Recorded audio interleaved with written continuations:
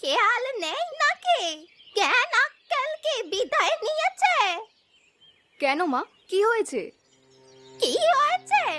দুঘা লাঠির বাড়ি মারলেই বোঝা যাবে কি হয়েছে। দেব নাকি? তুমি আমার সাথে এরকম করে কথা বলছো কেন মা? বলছি তার কারণ তুমি আমার ঘরের বউ হয়ে ছেলের কথা শুনছো না। মা, দয়া করে এরকম কথা বলো না। আমি হাত জোড় করছি, পায়ে পড়ছি তোমার। আমি কথা শুনবো না এমন হয়? পায়ে ধরবার নিকুচি। দেখ রে ডাইনি, তুই আমার কথা কবে শুনেছিস শুনি? মার মার শয়তান বেটিকে, বেশি করে মার। ওরে বাবা গো, বাঁচাও গো, আমায় মেরে ফেললো। আমার ওপর তোমরা এরকম জুলুম চালিও না, আমাকে আর মেরো না। চুপ চুপ চুপ করে মার খাচ্ছিস, খা। রতন, আমি বলে দিচ্ছি, এই বউ ঘরে থাকলে আমি থাকবো না। এই বউ ঘরের কোনো কাজ করে না, শুধু পাড়া ঘুরে বেড়ায়, নষ্ট মেয়ে কোথাকারের। এবারের মতো ছেড়ে দিচ্ছি, তবে একদিন হিসেব বুঝে সব শেষ করে দেব, ঠিক আছে? হ্যাঁ, সেটাই কর। সাবধান, মৃত্যু নাচছে কপালে। যখন যমরাজ এসে দাঁড়াবে তখন বুঝবে ঠেলা। আগেও বলেছি, আবারও বলছি, শুধরে যাও।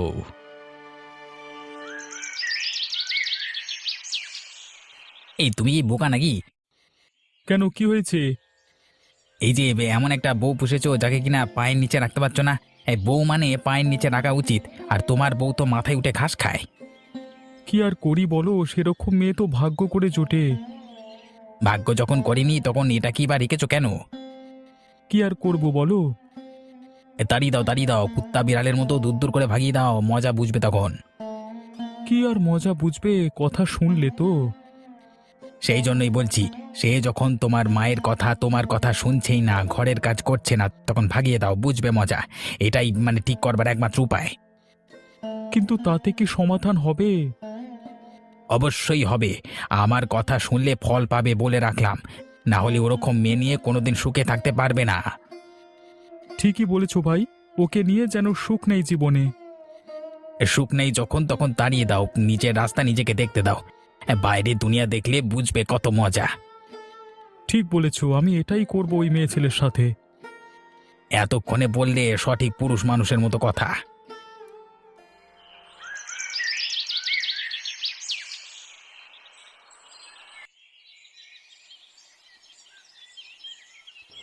এই কথা কানে যাচ্ছে না তোর? কি কথা মা? সকাল থেকে একটাও ঘরের কাজ করিসনি, সেদিকে খেয়াল আছে? কিন্তু মা, আমি তো ঘর পরিষ্কার থেকে শুরু করে বাসন মাজা সব কাজ করেছি। কোথায়? চারিদিকে কত নোংরা। কোথায় মা? আমি তো কিছুই দেখতে পারছি না। ওরে রতন, শুনে যা রে, তোর রাক্ষসী বউ তোর মাকে মিথ্যাবাদী বলছে। সামান্য একটু ঘরের কাজ করতে বলেছি বলে একই দিন এলো। অমন করে কেন বলছেন মা? কি হয়েছে মা, তোমাকে কিছু বলেছে? ওরে, এই মেয়ে জাতা মেয়ে নয়, স্বয়ং পিশাচ। আমায় বলে কিনা আমি মিথ্যা কথা বলছি। এত বড় সাহস ওর! শুধু সাহস নয়, আমার মনে হচ্ছে এই মেয়ে পারলে আমায় মেরেও ফেলতে পারে। এই মেয়ে পারে না এমন কোনো কাজ নেই। তাহলে মা, এক্ষুনি তুমি ওকে ঘরের বাইরে বের করে দাও। ওগো, তোমরা আমার সাথে এমন করো না। কি অপরাধ করেছি আমি তোমাদের কাছে? আর আমাদের বাচ্চাটার কি হবে? তোমরা এরকম দয়া করে করো না। ওকে শুদ্ধ নিয়ে এই বাড়ির বাইরে বের হয়ে যাও, এক্ষুনি বিদায় হও। ভুল করে কি পাপকে বাড়িয়ে এনেছিলাম, উফ! যাও যাও, বের হয়ে যাও, দূর হও এখান থেকে। বের হও, বের হও আগে, না হলে ঘাড় ধাক্কা দিয়ে বের করে দেব।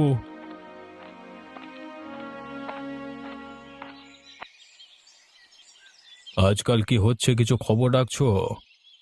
কেন বাবু, কি হয়েছে? আরে গোপালের খবর জানো না? এই শুনেছি যে গোপাল বেটা আজকাল পোল্ট্রি ফার্ম খুলে ব্যবসা জমিয়ে দিয়েছে। সেই জন্যই তো বলছি, আর কতদিন সহ্য করতে হবে ওকে? কিছু একটা করো। বেটাকে দেখে যে আমারও হিংসে হয়নি এমন না বাবু। কিন্তু শুধু হিংসে করলেই তো আর হবে না, শেষ করে দিতে হবে ওর সব কারসাজি। ভেবেচিন্তে কিছু একটা করতেই হবে, না হলে যে আর পারা যায় না। সত্যি আবার মাথার উপরে জল উঠে পড়েছে। ওর ওই শখের ব্যবসা যতদিন না বন্ধ করতে পারছি ততদিন আমার নাম নেই বাবু, আপনি চিন্তা করবেন না। তুমি থাকতে অবশ্য আমার কোনো চিন্তা নেই, তবে দেরি করলে বেশি বেড়ে গেলে বিপদ হয়ে যাবে। বিপদ কি এখন খুব কম হচ্ছে বাবু? বিপদের ভয় পেয়েই তো জীবনে আরো বেশি বিপদ ডেকে এনেছি আমরা। এভাবে চললে সে আমাদের মাথার উপর দিয়ে চলে যাবে এরপর। তাহলে তুমি কিছু একটা ভাবো, ভেবে যা সিদ্ধান্ত নেবে আমার আপত্তি নেই। ব্যাস, এই ভরসাটাই আমি চাই শুধু। তুমি এগিয়ে যাও, আমার হাত আছে তোমার মাথায়, কেউ কিচ্ছু করতে পারবে না।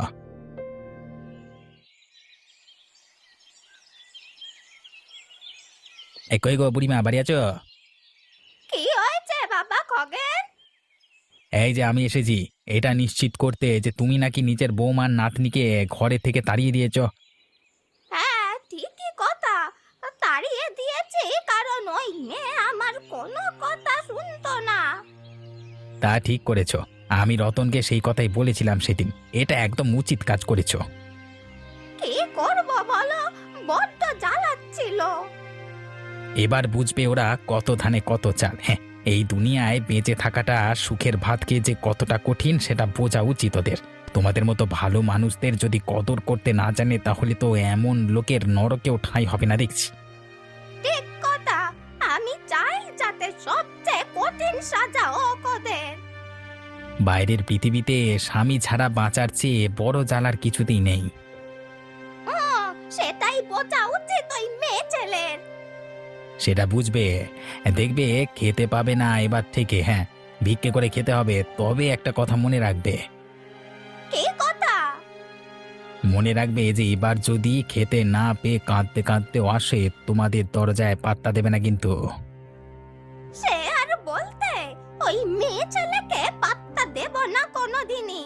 ও দরজায় আসলে ঝাঁটার বাড়ি মেরে বিদায় করব একেবারে।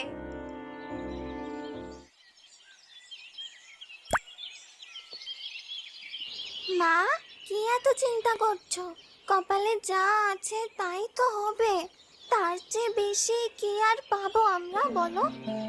ভাবছি তোর বাবা ঠাকুমার কথা, যাদের উপর আমাদের একমাত্র ভরসা ছিল।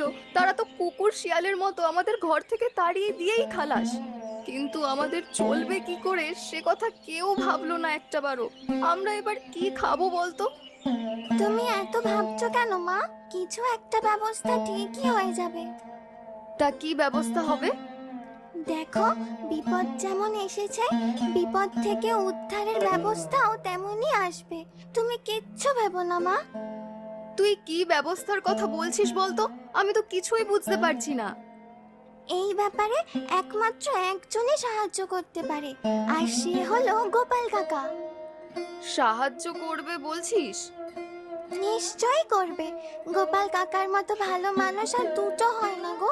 তাই বলছি মা, যদি গোপাল কাকাকে আমরা সব খুলে বলি তাহলে নিশ্চয়ই সাহায্য করবে। আচ্ছা ঠিক আছে, তুই আর আমি গিয়ে না হয় ওর সাথে কথা বলবো। দেখি যদি বিপদের বন্ধু হয়। নিশ্চিত হবে, কারণ গোপাল কাকার পোল্ট্রির ব্যবসা এমনিতেই অনেক ভালো চলছে মা। আমাদের গোপাল কাকা নিশ্চয়ই পথ দেখাবে।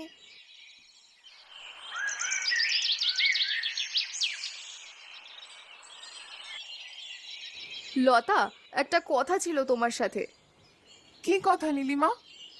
বড় বিপদে পড়ে এসেছি গো তোমার কাছে। কি হয়েছে গো? আমি শুনছিলাম তোমাদের বাড়িতে নাকি কি সব ঝামেলা হয়েছে। আমার স্বামী আর শাশুড়ি দুজনে মিলে আমাদের বাড়ি থেকে বের করে দিয়েছে গো। কি সব বলছো তুমি? এটা কি কখনো সম্ভব? কেউ কি কখনো বাড়ি থেকে এরকম ভাবে তাড়িয়ে দিতে পারে নাকি ঘরের লোককে? আমিও প্রথমে সেটাই ভেবেছিলাম।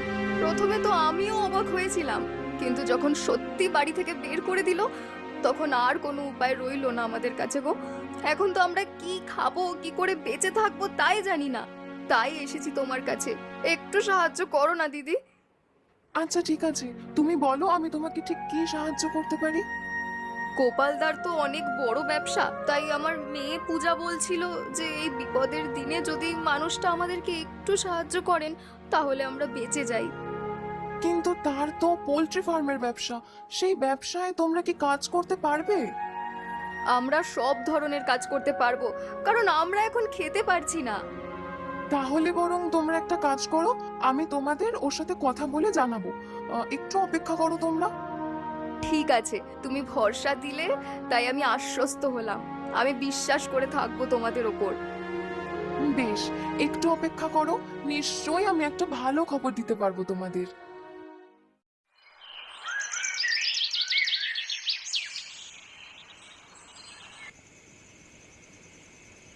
কি গো, শোনো না, একটা কথা বলার ছিল তোমাকে। কি কথা বলো তো? কথাটা হচ্ছে যে ওই নীলিমা আছে না, ওদেরকে তো বাড়ি থেকে বের করে দিয়েছে ওর বর রতন আর বুড়ি শাশুড়ি মিলে। ওদের মেয়ে পূজাটাও তো খুব ছোট, তাই ওরা কি খাবে কিছুই জানে না। আমার কাছে আজ এসেছিল সাহায্যর জন্য। ওরা চাইছে তুমি যদি কিছু সাহায্য করতে পারো। আমি চাই তুমি কিছু একটা ব্যবস্থা করে দাও ওদের। ওরা বড়ই দুঃখী গো। তুমি যা বলছো তা তো বড় ভয়ানক কথা। আমার মনে হচ্ছে এর পেছনে একটা চক্রান্ত আছে, সেটা আমাদের বার করা দরকার। সেসব চক্রান্তের কথা পরে হবে, আগে বলো ওদের জন্য তুমি কিছু একটা ব্যবস্থা করতে পারবে?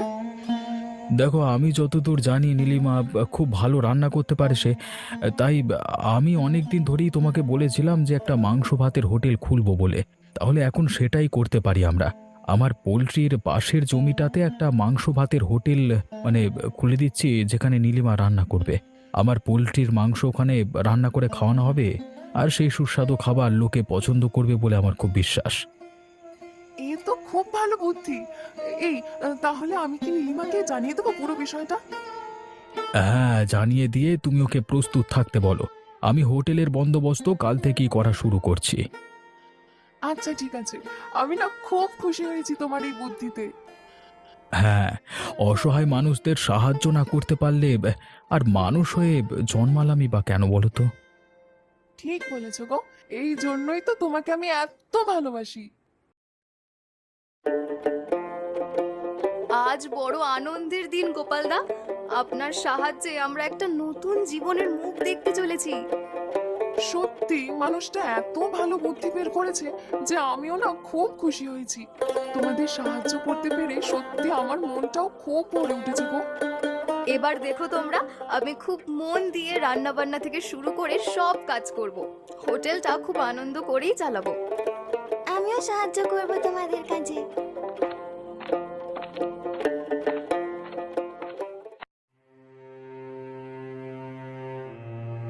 আরে এখানে দেখছি তোমাদের উৎসব চলছে। হ্যাঁ, তো অবিনাশবাবুকে খবর দিয়েছো তোমরা এই হোটেল খুলবার আগে? কেন অবিনাশ বাবুকে কেন খবর দিতে যাব আমরা? আমরা অবিনাশবাবুর টাকায় খাই না পড়ি যে সব ব্যাপারে অবিনাশবাবুর পায়ের তেল দিয়ে চলতে হবে। আমি আমার টাকায় আমার জমিতে ব্যবসা শুরু করেছি, সেটা আমার ব্যক্তিগত ব্যাপার। এই বিষয়ে আমি অবিনাশবাবুর কাছে যেতে যাব না। তাহলে জেনে রাখো, ভালো করলে না, তোমাদের এই ব্যবসা দুদিনও চলবে না। অবিনাশবাবু একবার রেগে উঠলে এই ব্যবসা লাটে তুলতে একদিনও সময় নেবেন না উনি। তুমি কি আমাদের ভয় দেখাচ্ছ নাকি? শুধু ভয় দেখাচ্ছি না, দরকার হলে তোমাদের এই ব্যবসা কি করে লাটে তুলতে হয় সেই ব্যবস্থা আমি নিজেই করব। কথায় আছে জানো তো, শকুনের অভিশাপে গরু মরে না। এতই যখন কথা শিখে গেছো তখন এটাও জেনে রাখো যে তোমাদের মতো গরুকে মারতে গেলে শকুনের দরকার পড়ে না, এমনিতেই তোমাদের মেরে ফেলবো আমি। ঠিক আছে, সেটা সময় বলবে। ঠিক আছে, তুমিও দেখো কার কত ক্ষমতা। কথাগুলো ভেবেচিন্তে বলছো তো? ভেবে চিন্তেই বলছি, তুমিও দেখো আমি কি করতে পারি।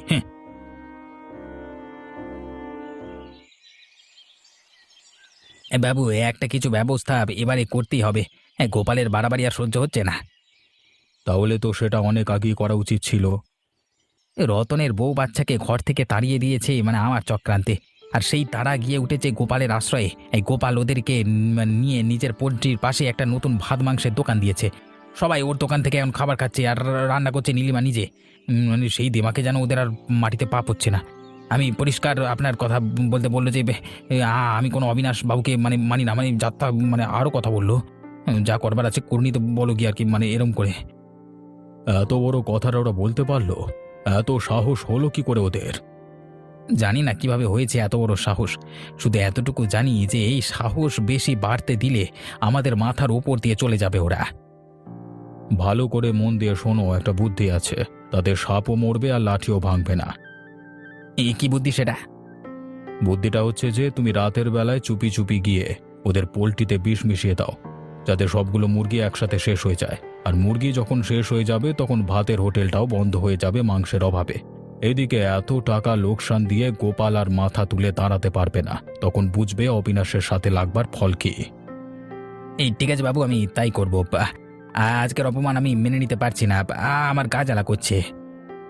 শুধু তোমার না, গা আমারও জ্বালা করছে খুব। ওই বেটাদের যতক্ষণ না রাস্তায় বসাতে পেরেছি ততক্ষণ আমারও শান্তি নেই। ঠিক আছে বাবু, আমি যাব খুব তাড়াতাড়ি। দেখবে একটাও মুরগি যেন বেঁচে না থাকতে পারে, সব যেন আজকে রাতেই শেষ হয়ে যায়। এত বড় একটা চক্রান্ত হয়েছে আমাদের সাথে। এই শয়তানগুলোর ব্যবস্থা আমাদেরই করতে হবে। ভাগ্যিস আজ এসেছিলাম অবিনাশ বাবুর কাছে, তাই তো এতগুলো কথা জেনে যেতে পারলাম।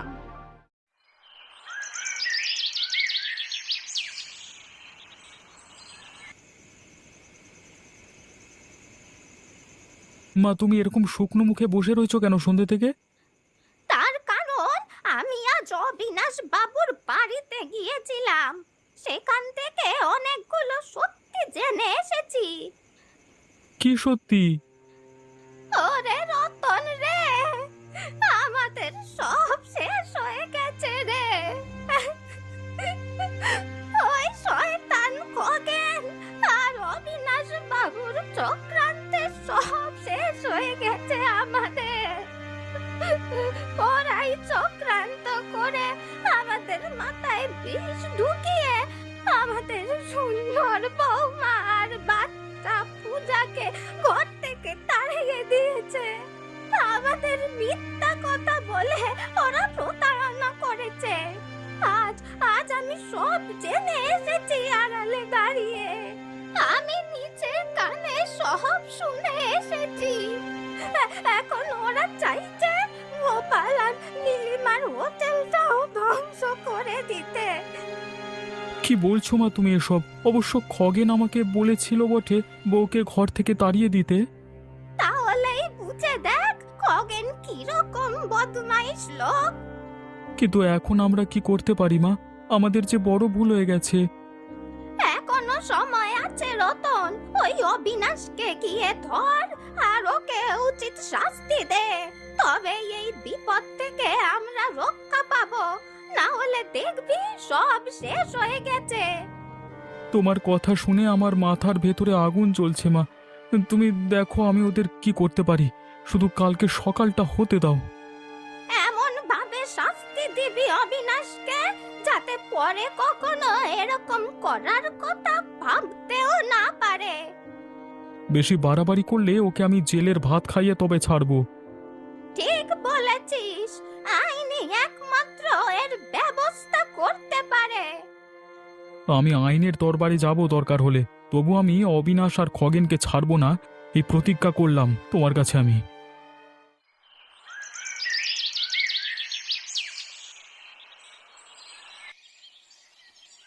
এই অবিনাশ, বাড়ি থেকে বের হওয়া বলছি এক্ষুনি। কি হয়েছে কি? আমার বাড়িতে এরকম অসভ্যের মতো চিৎকার করছো কেন? এসেছি শুধু একটাই কথা জানিয়ে দিতে যে আমি পুলিশের কাছে যাচ্ছি তোমার নামে নালিশ করতে। পুলিশ? পুলিশের কাছে কেন রতন? কি হয়েছে খুলে বলো আমাকে। তোমরা যে চক্রান্ত করে আমার বাড়ি থেকে আমার বউ মেয়েকে তাড়িয়ে দিয়েছো সেই কথা আমি পুলিশকে জানাবো। আর এখন যে তোমরা ষড়যন্ত্র করে গোপালের পোলট্রি নষ্ট করে ওর হোটেলে ব্যবসা বন্ধ করতে চাইছো সেই চক্রান্তের কথা আমিও জানাবো। তাতে তোমাদের কোমরে দড়ি পরিয়ে যদি আমি হাজতে না ঢোকাতে পেরেছি না, তবে আমার নাম রতন নয়। এই দেখো, রাগ করছো কেন বলো তো? আরে আমি কি ওরকম ভাবে বলেছি নাকি তোমাকে? আর তুমি আমাকে ক্ষমা করে দাও ভাই, আমি আর কখন এরকম ভুল করব না। আমি তোমার পায়ে ধরছি ভাই, আমি খগেনকেও বলে দেবো ও যেন আর কোনো রকম ক্ষতি না করে। তুমি দয়া করে পুলিশের কাছে যেও না, আবার সারা জীবনের সমস্ত মান সম্মান নষ্ট হয়ে যাবে একবারে। শয়তান, তুমি যদি নিজের ভুল বুঝতে পারতে তাহলে আমি পুলিশের কাছে যেতাম না, কিন্তু তুমি নিজের ভুল যখন বুঝতে পারছো না তখন আমাকে পুলিশের কাছে যেতেই হবে। আমি নিজের ভুল বুঝতে পেরেছি ভাই, বলো আমাকে কি করতে হবে। তুমি নিজে গিয়ে ক্ষমা চেয়ে নেবে ওদের কাছে, আর সেটাই হবে তোমার যোগ্য শাস্তি। ঠিক আছে, আমি তোমার কথা মেনে নিলাম। আমি নিজে গিয়ে ক্ষমা চেয়ে নেব ওদের কাছে, আর আমি নিজের ভুল স্বীকার করে নেব। আর কখনো এরকম করব না ভাই, আমাকে ছেড়ে দাও। ঠিক আছে, তুমি যদি তোমার নিজের শর্ত রাখো তাহলে আমিও আমার শর্ত রাখব। গোপাল ভাই, একটা কথা বলবার ছিল তোমাকে। এ কি অবিনাশবাবু, আপনি কেন এসেছেন এখানে? নীলিমামা, তুমিও আছো এখানে, তাই বলতে এলাম। আমাকে ক্ষমা করে দাও তোমরা সবাই। কেন, কি হয়েছে? আমি আর খগেন দুজনে মিলে চক্রান্ত করে তোমার বর আর শাশুড়িকে মিথ্যে কথা বলে আমি বাড়ি থেকে তাড়িয়ে দিয়েছি। তাই কালকে রতন এসে আমাকে শাসিয়ে গেছে। আমি যদি তোমাদের কাছে ক্ষমা চেয়ে না নিই তাহলে ও পুলিশের হাতে তুলে দেবে আমাদেরকে। আর আমি চক্রান্ত করে গোপালের হোটেলটাও তুলে দিতে চেয়েছিলাম। তাই বলছি, তোমরা আমাকে ক্ষমা করে দাও। আমি আর এমন ভুল করব না। আপনি যা ভুল করেছেন তার জন্য আপনার শাস্তি হওয়া দরকার। এবারটার মতো আমাকে ক্ষমা করে দাও মা। আমি আর কখনো এমন ভুল করব না, আমি কথা দিচ্ছি। ঠিক আছে নীলিমা, তুমি এবারের মতো ক্ষমা করে দাও ওদের। আর তোমাদের উপর আমার আর মায়ের কোনো রাগ নেই। আর তোমরা ফিরে এসো ঘরে। তবে হ্যাঁ, গোপালেরও হোটেল চলবে এবং তুমি এখানে রান্না করবে, সেটা আমি খুশি মনে মেনে নিয়েছি। ঠিক আছে, এবারের মতো ক্ষমা করে দিলাম। ঠিক আছে, আমার সংসার যখন ফিরে এসেছে আমি এবারের মতো তোমাদেরকে ক্ষমা করে দিলাম। তবে এরপর যদি এরকম চুগলিবাজি করো তাহলে আর কখনো ক্ষমা করব না তোমাদেরকে। এবার বিদায় হও তোমরা। ঠিক আছে মা, ধন্যবাদ গো।